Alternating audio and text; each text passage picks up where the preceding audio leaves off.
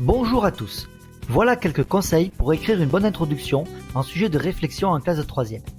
L'introduction doit être particulièrement soignée car c'est le premier contact avec votre correcteur. Elle doit donner une bonne impression de votre copie. Mais rappelons d'abord ce qu'il faut faire avant de s'attaquer à l'introduction. Avant de l'écrire, il faut analyser le sujet.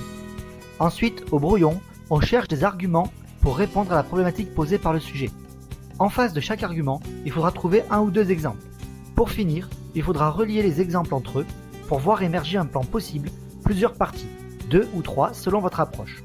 À ce stade du brouillon, il est possible de se lancer dans l'écriture de l'introduction. Une introduction est construite en 3 parties. Le thème, la problématique, le plan. Ces 3 parties constituent 3 petits paragraphes. Il ne faut en aucun cas sauter de ligne entre elles. On ne sautera une ligne qu'après l'introduction tout entière. Le thème.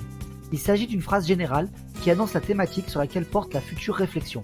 De quoi va-t-on parler? S'il y a dans le sujet un lexique particulier, il faudra définir ce mot ou ces mots dans cette première partie. La problématique. Il s'agit simplement de reprendre la question formulée dans le sujet. C'est la thèse précise qui porte sur le thème précédent. Un élève moins à l'aise reprendra la question telle qu'elle, alors qu'un élève plus à l'aise la reformulera un peu, mais en faisant attention à ne pas la dénaturer. Le plan. Il s'agit d'annoncer le plan choisi pour réfléchir à la question. Un plan est en 2 ou 3 parties. Nous allons voir 2 sujets d'exemple, avec des introductions écrites par des élèves. Sujet 1, faut-il introduire le port de l'uniforme au collège? Sujet 2, en quoi interdire les voitures en centre-ville améliorerait la qualité de vie des habitants? On remarque ici que le sujet 1 permet une réflexion sous la forme thèse-antithèse. Oui, non. Alors que le sujet 2 demande d'argumenter sur une thèse en plusieurs parties.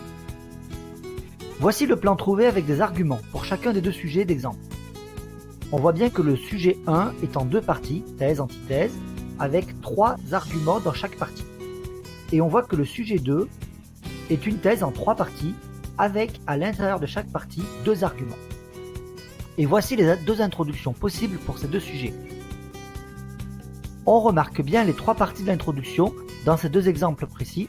Donc le thème en premier paragraphe, la problématique en second paragraphe et l'annonce du plan en dernier paragraphe. J'ai indiqué en caractère gras les formules générales utilisées dans la phrase générale annonçant le thème du sujet et également les connecteurs logiques dans l'annonce du plan. Voilà, j'espère que cette petite capsule vidéo vous aidera à écrire de belles introductions.